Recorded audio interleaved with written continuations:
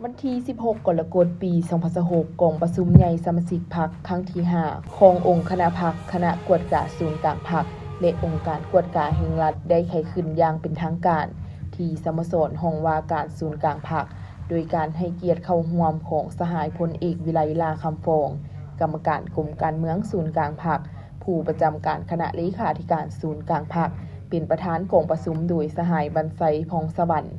กรรมการกรมการเมืองศูนย์กลางพรรคคณะเลขาธิการศูนย์กลางพรรคเลขาคณะบริหารงานพรรคประธานคณะกวดกาศูนย์กลางพรรคประธานองค์การกวดกาแห่งรัฐหัวหน้าองค์การต้านการโซลาดบางหลวงศูนย์กลางมีบรรดาสหายคณะประจำพรรคกรรมการพรรคบรรดาสหายผู้แทนสมบูรณ์พร้อมด้วยสหายสมาชิกพรรคอาวุโสบำนาญและแขกถึกเชิญเข้าร่วมในกองประชุมสหายบรรไซพงษ์สวรรค์ได้มีคำเห็นกล่าวเปิดกองประชุมซึ่งสหายได้กล่าวว่ากองประชุมใหญ่สมาชิกพรรคครั้งที่ 5 ขององค์คณะพรรคคณะกวดกาศูนย์กลางพรรคองค์การกวดกาแห่งรัฐจะได้ผ่านทางรายงานการเมืองเพื่อสรุปตีราคามากผลของการจัดตั้งปฏิบัติมติกองประชุมใหญ่ครั้งที่ 11 ของพรรคก็คือมติกองประชุมใหญ่ครั้งที่ 4 ขององค์คณะพรรคคณะกวดกาศูนย์กลางพรรคและองค์การกวดกาแห่งรัฐตลอดระยะ 5 ปีผ่านมาซึ่งเป็นเวียงงานสำคัญยุทธศาสตร์ของพรรคและรัฐเฮาและพร้อมทั้งกำหนดทิศทางเวียงงานติดตามกวดกาพรรคกวดการัฐและเวียงงานสกัดกั้นต้านการโซลาดวังหลวงใน 5 ปีต่อหน้าติดพันกับการพันขยายมติกองประชุมใหญ่ครั้งที่ 12 ของพรรคและโครงการการเมืองฉบับที่ 3 ของพรรคสรุปตีราคาการจัดตั้งปฏิบัติแผนพัฒนาเวียงงานกวดกาและกำหนดแผนพัฒนาเวียงงานกวดกา 5 ปีต่อหน้าคือปี 2026 5 ปี 2030 สิ่งสำคัญอันหนึ่งและมีลักษณะตัดสินของพรรคกองประชุมใหญ่จะได้ดำเนินการปนบัตรเลือกตั้งคณะบริหารงานพรรค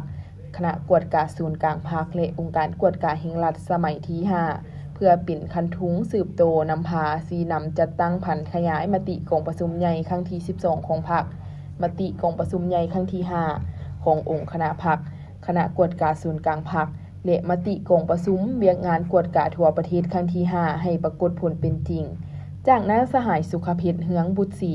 กรรมการศูนย์กลางพรรครองประธานคณะกวดกาศูนย์กลางพรรครองประธานองค์การกวดกาแห่งรัฐได้ผ่านทางรายงานการเมืองของคณะบริหารงานพรรคสมัยที่ 4 ขององค์คณะพรรคคณะกวดกาศูนย์กลางพรรคและองค์การกวดกาแห่งรัฐสหายนางปิงคำลาสสิมมากรรมการศูนย์กลางพรรครองประธานคณะกวดกาศูนย์กลางพรรครองประธานกวดกาแห่งรัฐได้ผ่านทางบทรายงานการจัดตั้งปฏิบัติแผนพัฒนาเวียงงานกวดกา 5 ปีคือปี 2021 5 ปี 2025และแผนพัฒนาเวียงงานกวดกา 5 ปีในต่อหน้าคือปี 2026 5 ปี 2030และสหายคำไหลศรีประเสริฐกรรมการศูนย์กลางพรรครองเลขาคณะพรรครองประธานคณะกวดกาศูนย์กลางพรรครองประธานองค์การกวดกาแห่งรัฐผ่านทางบทสำรวจการนำพารวมของคณะพรรคสมัยที่ 4 นอกนี้ยังได้รับฟังบทประกอบคำเห็นเกี่ยวกับการสร้างความเข้มแข็งในการติดตามกวดกาพรรคบทประกอบคำเห็นเกี่ยวกับการเคลื่อนไหวปฏิบัติเวียกงาน 3 องค์การจัดตั้งมหาชนหลังจากนั้นสหายวิไลวรรณบุตรดาคำกรรมการศูนย์กลางพรรครองหัวหน้าคณะจัดตั้งศูนย์กลางพรรคได้ผ่านมาตรฐานเงื่อนไขผู้จะออกสมัครรับเลือกตั้งคณะบริหารงานพรรคคณะกวดกาศูนย์กลางพรรคสมัยที่ 5 ผ่านมติตกลงว่าด้วยการอนุมัติรายชื่อบุคลากรออกสมัครเลือกตั้ง